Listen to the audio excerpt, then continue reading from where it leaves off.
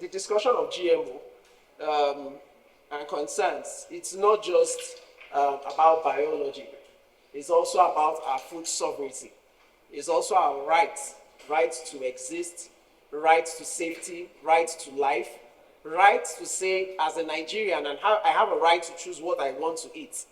As a Nigerian farmer, I have a right and access to traditional seeds, indigenous species. As a freeborn Nigerian, as a freeborn African, can I look back and say, oh, the type of variety and foods we still have them today.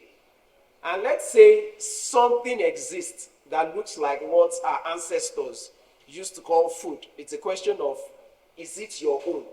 Are you in control of it? I have 3 boys and a baby girl.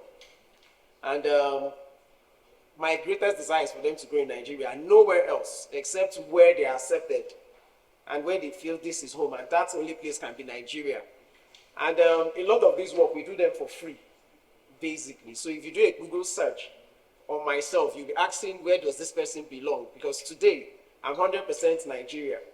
And some of the presentations we do, there are places you get to, they'll say, why did you speak like that?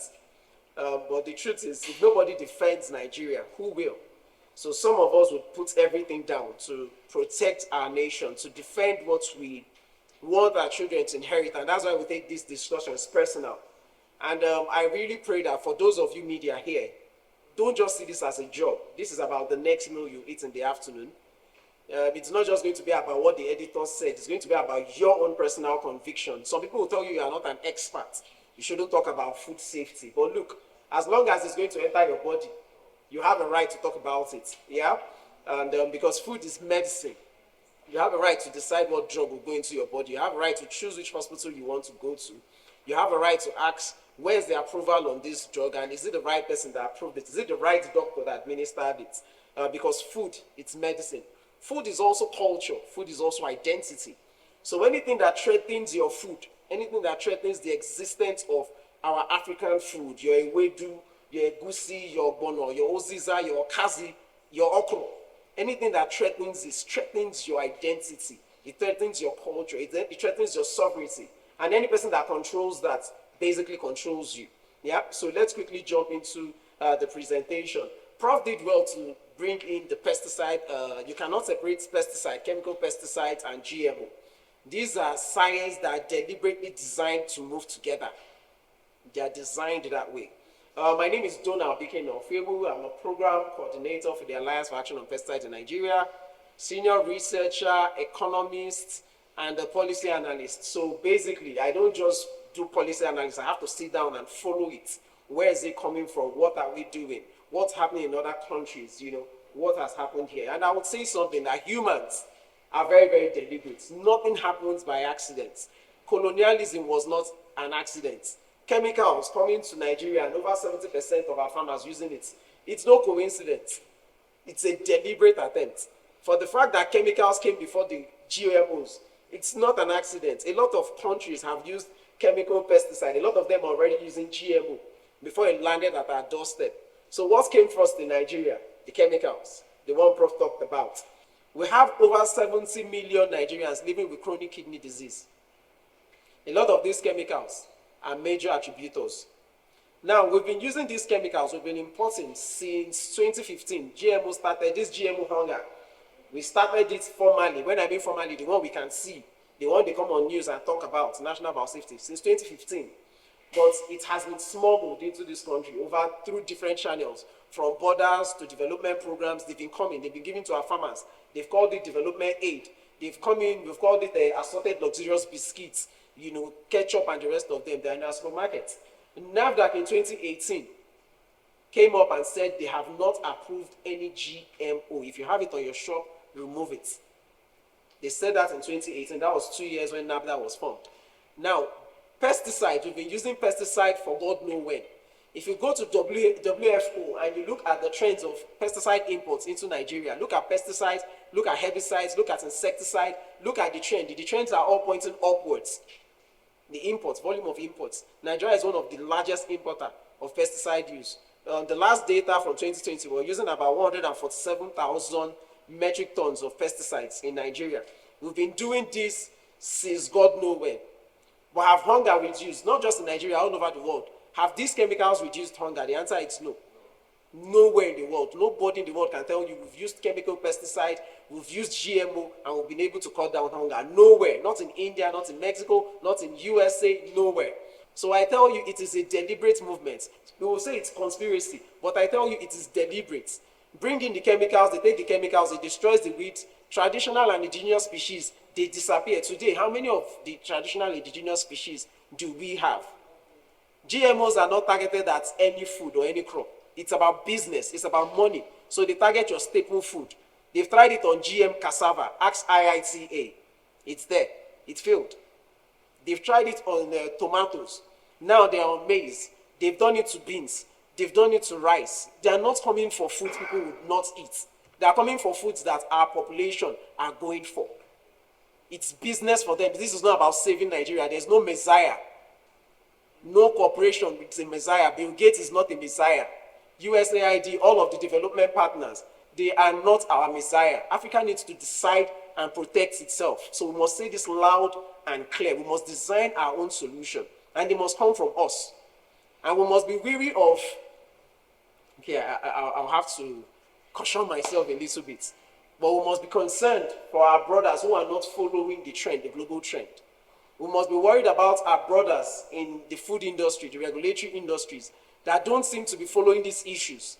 And their work conditions need to be improved so that they can follow these issues, because I would rather blame it on their work conditions. Maybe they are not paid enough, they are not given enough budget allocation, so they don't follow these issues to know what is happening, what is the implication. So let's quickly run. This picture is the picture. These are reports from you guys, the news media, on people that have the casualty, on people that have suffered death as a result of the chemical pesticides we've been using. One of the biggest was in 2020, where over 270 Nigerians died in a community, one community. They lost 270 people, Benue State or Yoruba, due to the poisoning endosulfan. This is one of the pesticides also. It can be glyphosate and the rest of them. These are statistics and news headlines of food rejection in Nigeria. One of them, over 76% of Nigerians agricultural community are rejected by EU. This is NAFDAC. Shippers Council say 82% of Nigeria's export agro-allied products are rejected by the EU. Yeah, so these are reports that we see every day, and the numbers are there. Firstly, somebody said if the GMO food is safe.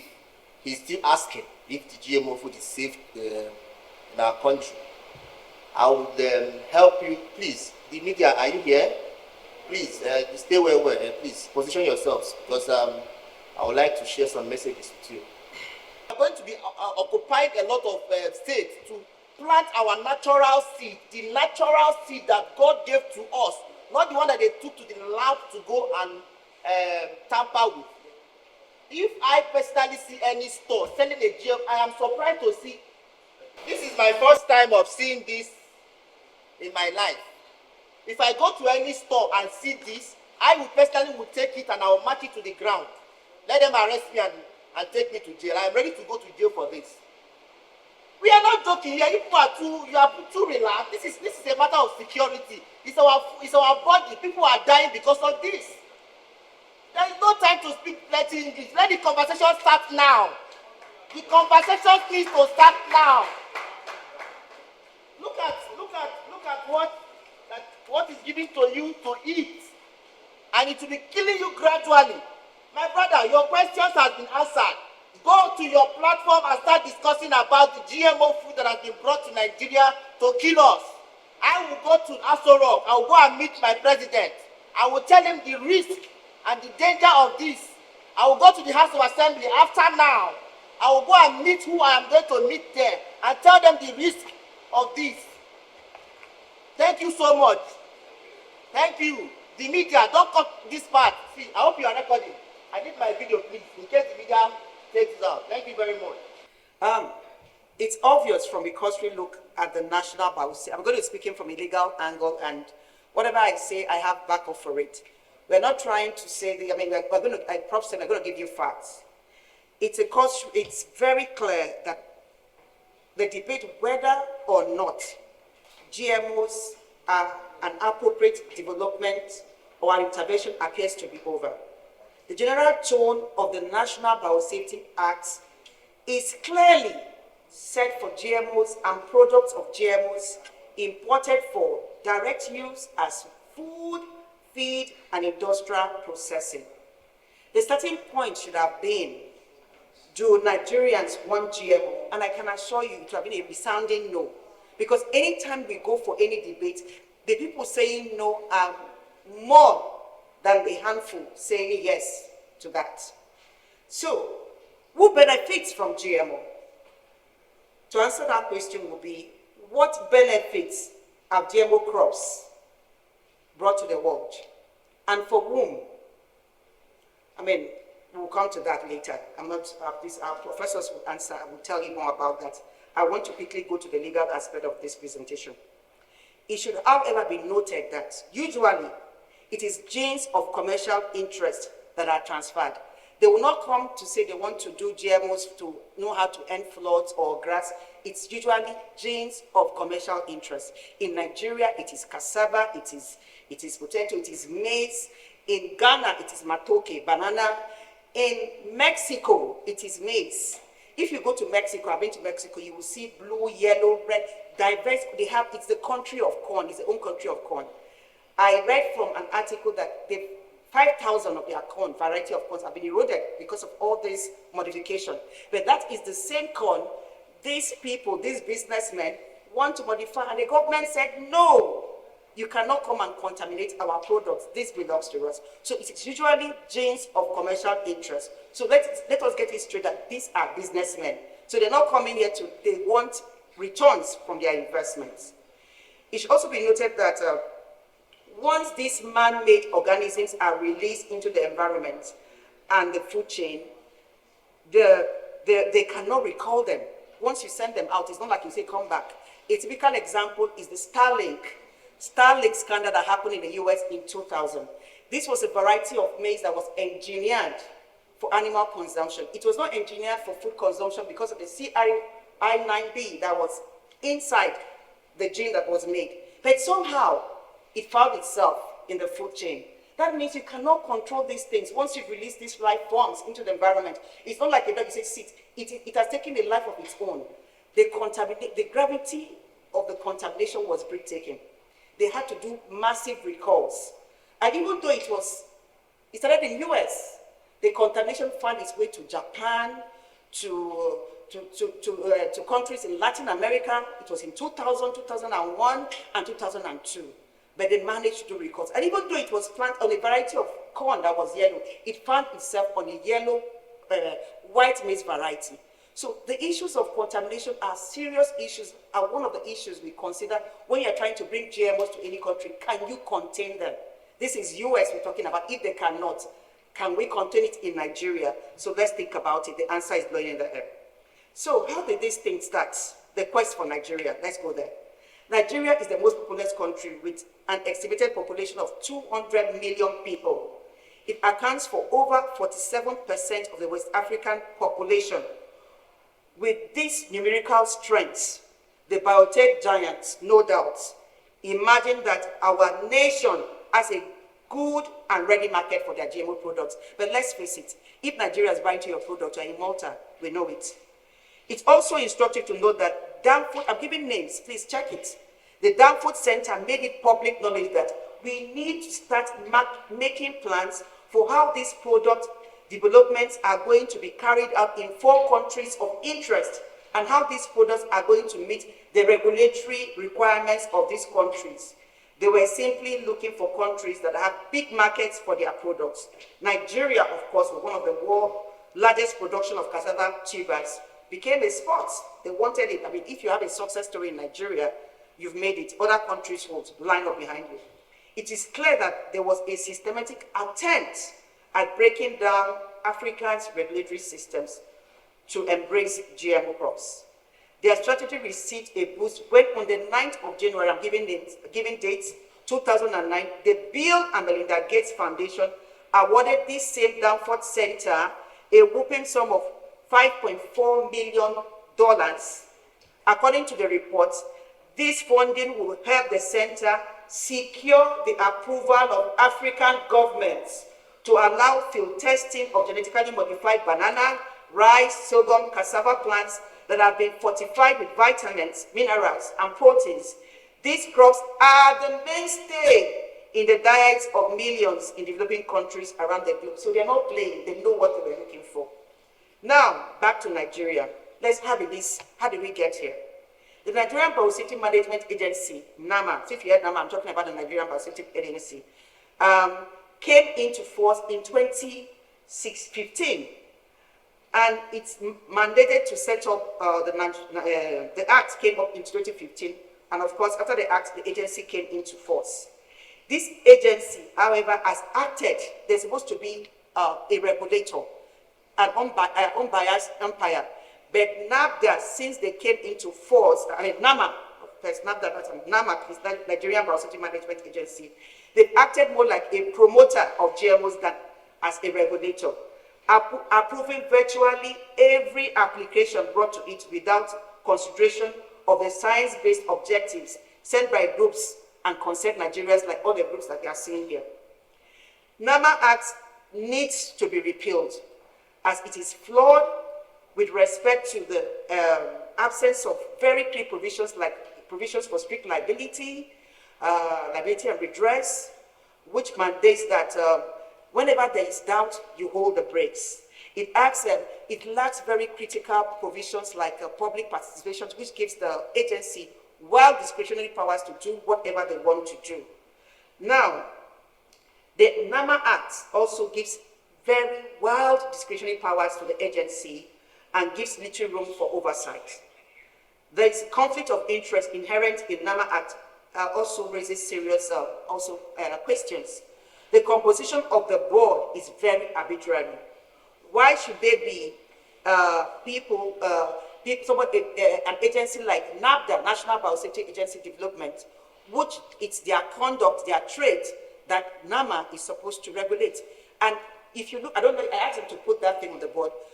If anytime you see NABDA, you will see NAMA. How many of you, if you are playing for a particular match, you would want to see the referee hobnobbing with the other team? Of course, you would say he's biased.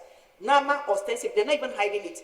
Anytime you see they're having meetings, NAMA is there. I asked them to put up that flyer. They go for their meetings. They are co-organizing meetings together. How do you regulate somebody that is in your board? It's not possible. So this is clearly conflict of interest. You cannot, it's just like asking a smuggler to be part of the immigration office. What do you think they're going to do? In 2016, 2 of the permits issued by NAMA was to Monsanto Agriculture Nigeria Limited. And then they were in partnership with NABDA. NABDA is also in their board. So I want us to get this right. NABDA, a board member, joined with a questionable company like Monsanto to apply for permits, and of course, it will be granted. So as we're saying, on May 2016, NAMA issued 2 permits, one for the commercial release and placing on the market of GM cotton, and the other for the confined free trial of maize, which also would have, this will be used in that maize. The professor has already explained. When they bring those maize, it's like a combo. You use it will not affect their maize, it will kill every other plant. If this is very dangerous, by just, and they say it's acid, and they are putting it in your food, what do you think will do to you? I heard somebody say people are not dropping it. The fact you're not dropping it does not mean that it's not affecting you gradually. You will surely die, but not now, but it's gradually. So if this is pesticides, GMOs is pesticides on our food. This is part of the combo that Monsanto, this is somebody that produces for our maize. So, and we've raised serious objections to NAMA, telling them this is wrong, and they will never accede to our objections because already their mind is set on what they want to do. The first thing I want to talk about is, let us begin to, I'm talking to the media houses now. I read a lot of reports. My dad was a journalist. I learned how to read from reading newspapers. And I want to mention something. When you see a report, I say, federal government holds World Press Conference to persuade Nigerians that GMO is safe. Who exactly is the federal government? You say federal government that was the press conference that I held last week. That was the article from certain platform. He said federal government holds one press conference to say GMO is safe. Meanwhile, NAFDAC has come to say GMO is not safe. So another media house can now say federal government claims GMO food is not safe. Am I correct? Yes. Nobody has no government agency has a monopoly of federal government. When you say federal government, let us now start putting their names. Who exactly? Because anybody sees it, because you're giving coloration to the government. To the people out there, the citizens of the country, they think it's the president. They think it's his inner cabinet. Not knowing it is one agent from another organization who is in the government. And I'm going to be narrowing down on a particular publication by the director of OFAB in Nigeria, Dr. Rose Gidado, who doubles as a director in the National Biotechnology Research Development Agency, NADRA. So she is in both organizations. So one of those organizations is Nigeria. The other one called OFAB Nigeria is not Nigeria. Please, let's be very clear. Because we call it OFAB Nigeria doesn't mean it is from Nigeria. So if OFAB organizes a press conference,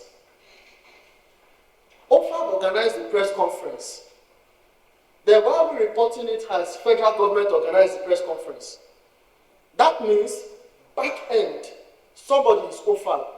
Front end, the person is federal government. I'm a professor of bioinorganic chemistry and experimental medicine. I am the executive director of the Center for Food Safety and Agricultural Research.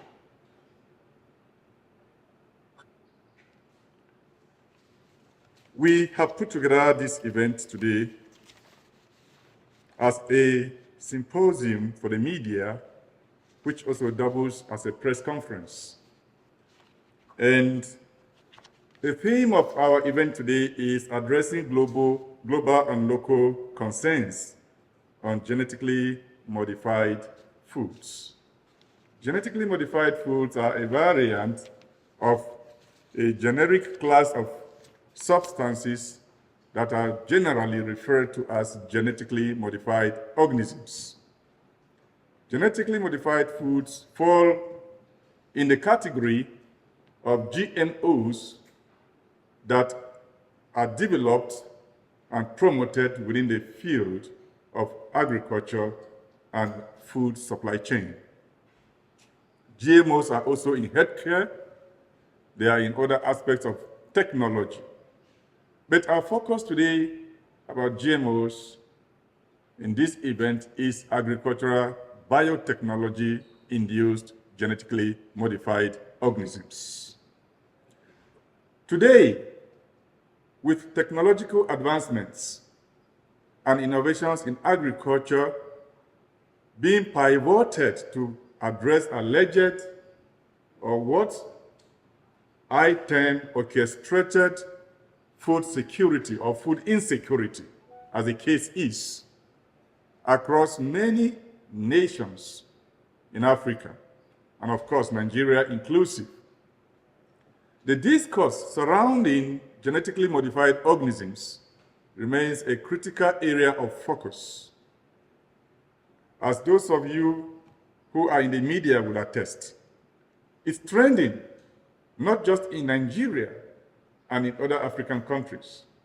It's actually trending globally, despite the fact that GMOs have been on the scene in the United States of America, in North America, Central America, and to some extent in some countries in Southern America like Argentina, Brazil, Paraguay, Chile. Today, they have come and taken a center stage because they are riding on a narrative that Africa is a hungry continent. The third world, quote and unquote, is a hungry continent. And therefore, GMOs are being projected to be the panacea, the silver bullet that will take away all the hunger concerns of Africa. That's the pivot. And that's why GMOs today are a central focus in the media and in public discourse. Now, we brought this event together to invite you into the conversation that should not just sustain the discussion on GMOs, but should push it to its logical, scientific, ethical, and safety endpoints. It's a conversation that we cannot afford to allow it to just fade off like many others have happened, because the consequences from our standpoint as experts is unimaginable. Often, when you hear about these consequences, promoters and purveyors of these organisms are quick to jump and deceive, spew out a lot of deception, beginning with characterizing anyone that holds a contrary opinion as a conspiracy theorist. We are not conspiracy theorists, despite the fact that conspiracy theories themselves are not an anomaly, because most of the technologies of today emanated from what was classified yesterday as conspiracy theories. But to the many who are simple-minded, the moment I am called a conspiracy theorist, the media will buy that narrative and project it to the public as though conspiracy theorists are liars. They are not liars, but this we are talking about today is not a conspiracy theory. Because in the conversation about GMOs, Nigerians have been taken on a deception ride, and they say there is no evidence that these things are unsafe. So I'm a scientist. I was just sharing with my colleague there, a present PhD that I'm about to graduate. We finished the research. I'm the supervisor to that PhD student. And we went into the market. I teach and research from Benue State, the food basket of Nigeria. And we went to the market to survey the chemicals that have inundated our agricultural space. Farmers are using chemicals like water nowadays. And I'm going to show you evidence that the ubiquitous use of those chemicals is accentuated as a result of the introduction of genetically modified organisms. The most used broad-spectrum herbicide all over the world is known as glyphosate. It is one of the key ingredients in Roundup. Can I have this bottle, please? It's one of the key ingredients in Roundup. This is a bottle of Roundup, and it's very popular with farmers and those in agricultural practice. I'm a chemist, and when I hear somebody who knows nothing about chemicals come up to the Nigerian media space because of the privilege of office to take Nigerians to a very dangerous precipice of deception that these things are safe, it baffles me, because all through my scholarship, this is what I know. Nobody knows about chemicals more than me. I'm a professor of chemistry. And these things are not your friend. This is not water. So what we found out in the market, I'm talking about research that we are going to publish very soon. What we found out in the market is that most of the formulations that you see in Roundup are not just glyphosate. And why glyphosate? The history of glyphosate will tell you why glyphosate. The history of GMOs will tell you why glyphosate. glyphosate plays a very central role in the promotion and proliferation of genetically modified organisms. It means that this chemical is incorporated in a way using modern biotechnology to fortify the crop in a manner that when the farmer sprays this on the crop field that the crop is planted in, all other weeds will die except that particular crop, like corn, like your teller maize, like your RR soya. So the implication further goes to the fact that when these plants or crops, these genetically modified crops, are resistant to this cannot kill them because they have been modified. And the need to modify them arose from the fact that sometime in 1974, farmers realized that this chemical was killing both the weed and the crops and affecting outcomes on the farm. Now, what we are doing, what I'm set to do here, I'm not going to tell you much again. I will just scroll so that you look at the information on the screen. These are evidence base of this chemical as an important player in the equation of genetically modified organisms and what this chemical is doing. They state to Nigerians that there are no scientific researches, there are no evidence that this thing is unsafe. The very first paper you see there is a publication about this Roundup and that it causes non-alcoholic liver disease. Roundup causes non-alcoholic liver disease. And if you go to the hospitals here, you will ask the physicians, the clinicians, they will tell you the same thing. They may not know that it's Roundup that is insinuating it, but they will tell you that certainly the incidence of non-alcoholic fatty liver disease is rising. Traditionally, it was alcoholic liver disease was exacerbated by alcoholics, those who were, who were drunkards.